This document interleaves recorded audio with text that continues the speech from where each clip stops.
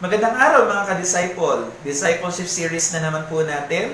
Bible Basic Seminar number 4. Ang prayer o panalangin. Naniniwala po ako, lahat tayo ay tumatawag sa Diyos. Lalo po sa panahon ngayon ng pandemya, lalo sa hirap ng buhay, isa lang ang lagi po nating ginagawa marahil ay ang manalangin sa Panginoon dahil naniniwala tayo sa bisa at kapangyarihan ng panalangin.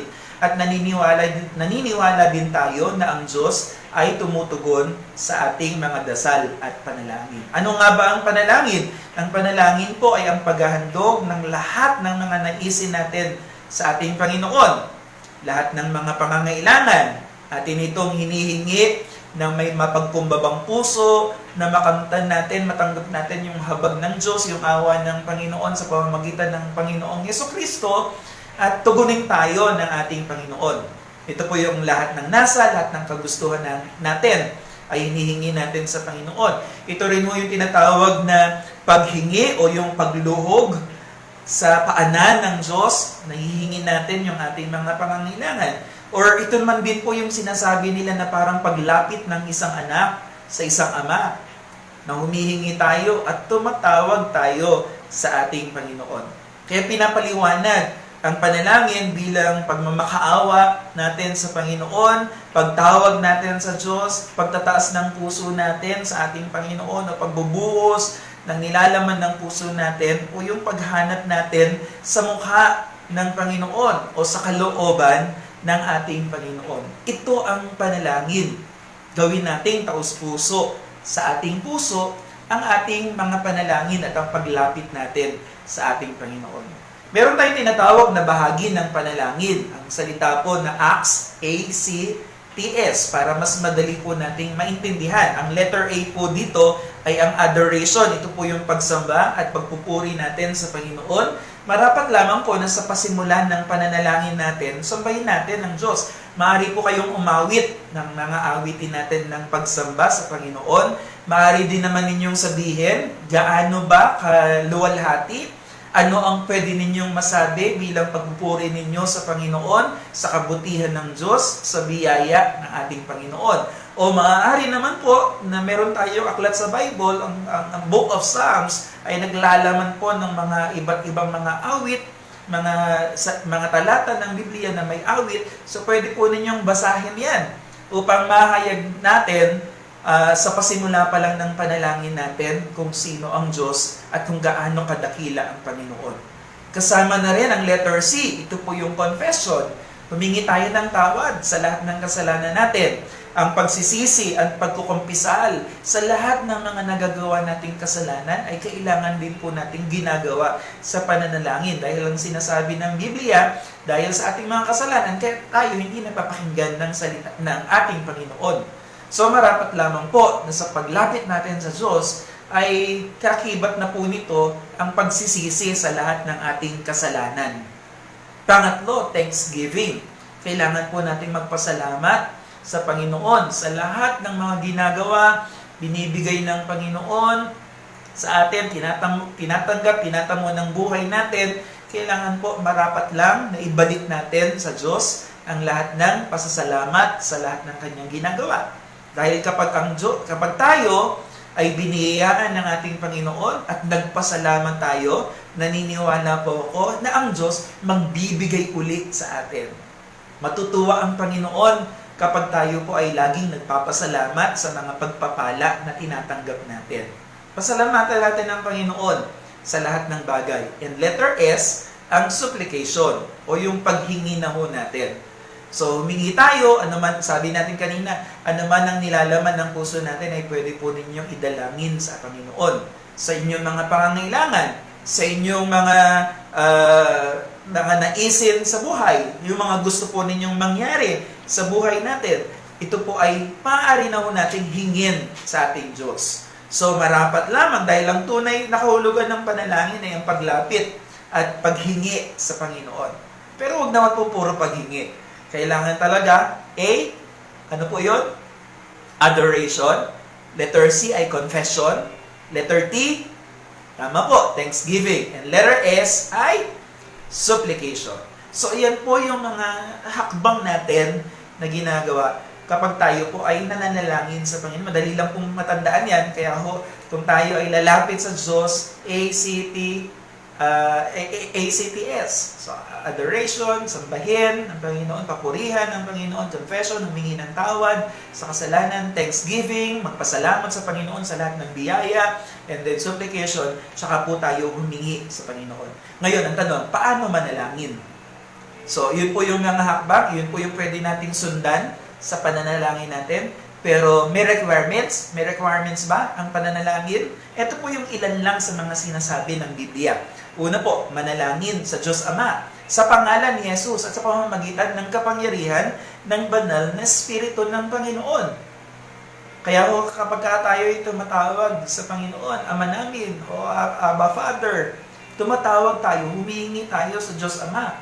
Sa pangalan ng Panginoong Jesus, sabi po ng John chapter 14, verse 13 to 14, pag mananalangin tayo, hingin natin sa pangalan ni Jesus. Kaya po sa dulo ng prayer natin, ay lagi nating sinasabi, sa pangalan ng Panginoong Jesus, ito po hinihingi namin, Amen. Hinihingi namin sa pangalan ng Panginoong Jesus, Amen. So, kumbaga po, hihingi natin sa pangalan ng Panginoong Yesus sa pamamagitan po ng kapangyarihan ng banal na Espiritu ng ating Panginoon. Dahil lang sabi ng Efeso 6:18, ang Espiritu Santo ng Panginoon ang siya nagtuturo sa atin ng pananalangin. Kaya kung kayo ay magpe-pray, o even sa pagbabasa ng Bible, hingin natin yung gabay ng Espiritu ng Panginoon. Dahil ang Espiritu ng Diyos ang magtuturo ng mga salita na ipapanalangin natin sa Panginoon. Ang puso ng tamang pananalangin ay ang patuloy na pananalangin, walang sawang pananalangin sa Panginoon. So kailangan patuloy, palagi natin kinakausap ang ating Diyos Ama, kinakausap po natin ang ating Panginoon upang tayo po ay laging magabayan ng Diyos sa pang-araw-araw ng buhay. Kailangan din pong manalangin ng may pananampalataya sa Panginoon. Nananampalataya tayo sa kung sino ang Diyos natin. Kaya po kapag tayo may mabigat na pasanin, panampalatayanan natin, ang Diyos ang laging tumutulong sa atin. He cares for us. Kung tayo ay mayroong karamdaman o sakit, manalangin tayo ng may pananampalataya na si Jesus ang dakila nating manggagamot. So sa anumang klase ng panalangin na uusalin natin sa Panginoon, panampalatayanan natin kung sino yung dinadalanginan natin. Siya yung ang Diyos na laging sumasagot sa mga panalangin natin, ang Diyos na makapangyarihan, ang Diyos ng hari ng lahat. Manampalataya tayo, manalangin ng may pagpapatawad na Espiritu. So, una po, isa sa mga nagiging dahilan kaya hindi tayo napapakinggan ng Panginoon sa panalangin natin ay hindi natin napapatawad. So, maging mapagpatawad tayo sa kapwa natin, maging mapagmahal tayo sa kapwa natin every time na tayo po ay mananalangin sa Panginoon.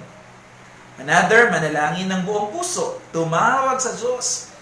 Puso natin ay ibinababa natin sa paanan ng ating Panginoon.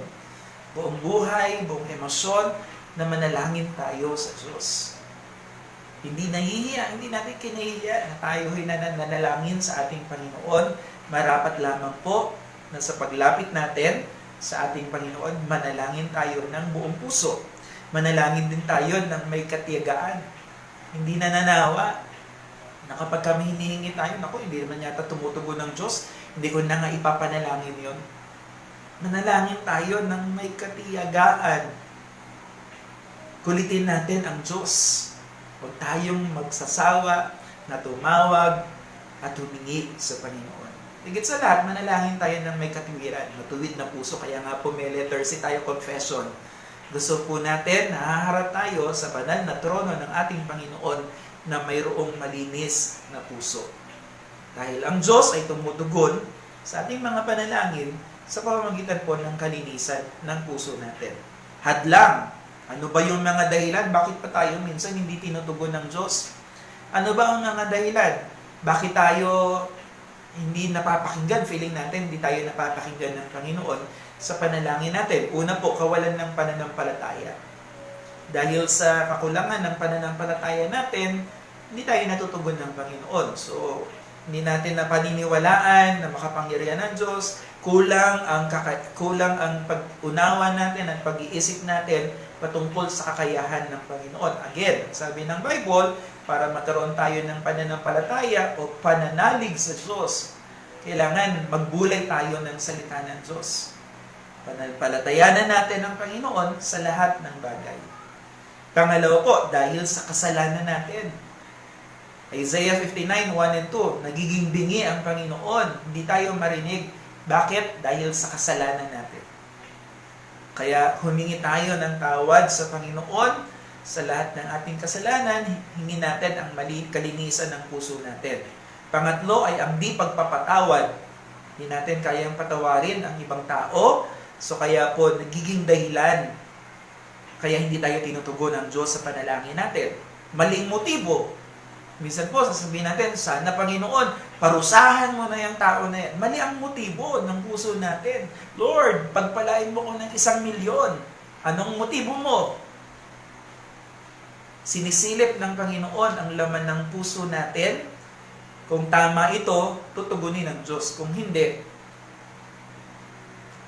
and syempre, walang kahabagan. Kailangan mapagpatawad na puso, mapagmahal na puso ang gawin natin kapag tayo po ay lalapit sa Panginoon. Dahil ang Diyos po kasi, tatlo ang tugon ng Panginoon sa mga panalangin natin. Una po, kapag meron tayo nitong mga hadlang na ito, nahadlangan tayo ng kasalanan, nahadlangan tayo ng kawalan ng pananalig, di pagpapatawad, ang nagiging tugon ng Diyos sa atin, no. Anak, hindi ko ibibigay yan, mali motibo mo Sabihin ng Diyos, anak, kulang ka sa pananampalataya, hindi ko ibibigay yan sa iyo. May mali sa puso mo, kaya hindi kita tutugunin.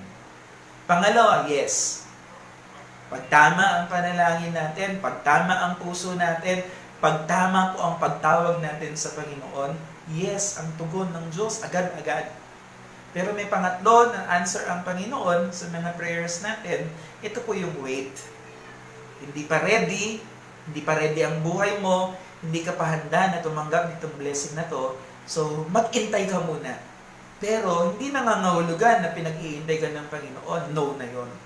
So maaaring itinutuwid ka ng Diyos, itinatama ang puso natin, itinatama yung panalangin natin, itinutuwid yung pamumuhay natin, habang nag-iintay ang Panginoon ng tamang oras sa pagtugon sa panalangin natin. So ganyan tumugon ang ating Panginoon. So manalangin tayo sa lahat ng oras, sa lahat ng dako. Hindi lamang po, ang pananalangin po ay wala pong lugar na sinasabi ang Biblia na kailangan magpe-pray ako sa simbahan lang o magpe-pray ako sa ganitong lugar. Sa lahat ng dako, sa lahat ng lugar, sa lahat ng oras, sa lahat ng pagkakataon. Pwede sa umaga, sa tanghali, sa gabi. Pwede naman lagi, manalangin tayo palagi sa ating Panginoon kung saan ready ang puso natin na tumawag sa Panginoon, kung kailan ready ang puso natin na humingi sa Panginoon at sumamba sa Diyos, manalangin tayo. Pero again, itinuturo ng salita ng Diyos, sa bawat sandali ng buhay natin, tayo ay laging tumawag sa Diyos. Magtatagumpay tayo kapag tayo ay tumatawag sa ating Panginoon. Mga magulang, mga kapatid, naniniwala po ako na ang Diyos ay tumutugon. Ang Diyos ay sumasagot sa mga panalangin natin. Huwag kayong magsawa na manalangin sa ating Panginoon. Yumuko lang tayo at manalangin sa Panginoon. Lord, patatagin mo ang aming buhay sa pananalig sa iyo. Dalangin ko po ang kapwa ko, disipulo mo, ay bigyan mo ng isang puso na marunong manalangin, hindi na matyagang mananalangin sa iyo sa lahat ng oras, sa lahat ng pagkakataon. Tulungan mo po ang iyong mga anak, Panginoon, na sa mga oras na na sila ay tatawag sa iyo, ipadama mo ang inyong espiritu, O Diyos, upang maging lubos sa kanilang puso, na sa kanilang pagtawag sa iyo, O Diyos, ikaw ay kumikilos sa kanilang buhay. Ano man po yung dinadasal ng puso nila, ano man po yung hinihingi nila sa mga sandali po na ito, Abba Father, sa pangalan ng Panginoong Yesus at sa pamamagitan ng Espiritu Santo, nawa po'y tugunin mo ang panalangin iyon. Panalangin ng kagalingan, panalangin ng pagpapalang pinansyal, kalakasan, katatagan, katugunan sa anumang mga pangangailangan sa buhay. Ama naming banal, tugunin mo at ipagkaloob mo po ito sa aking mga kapatid. Ang iyong biyaya, ang iyong pagpapala ay lagi po nilang maranasan sa bawat araw ng kanilang buhay. Inihingi po namin ang lahat ng ito sa tanging pangalan ng bugtong na anak na si Jesus. Ang lahat po ay magsabi ng Amen. Maraming salamat mga ka-disciple. Purihin ang ating Panginoon, sumainyo ang biyaya ng ating Panginoon, pagpalain po tayo ng ating Diyos na buhay. Keep safe, be blessed, and shalom. God bless you.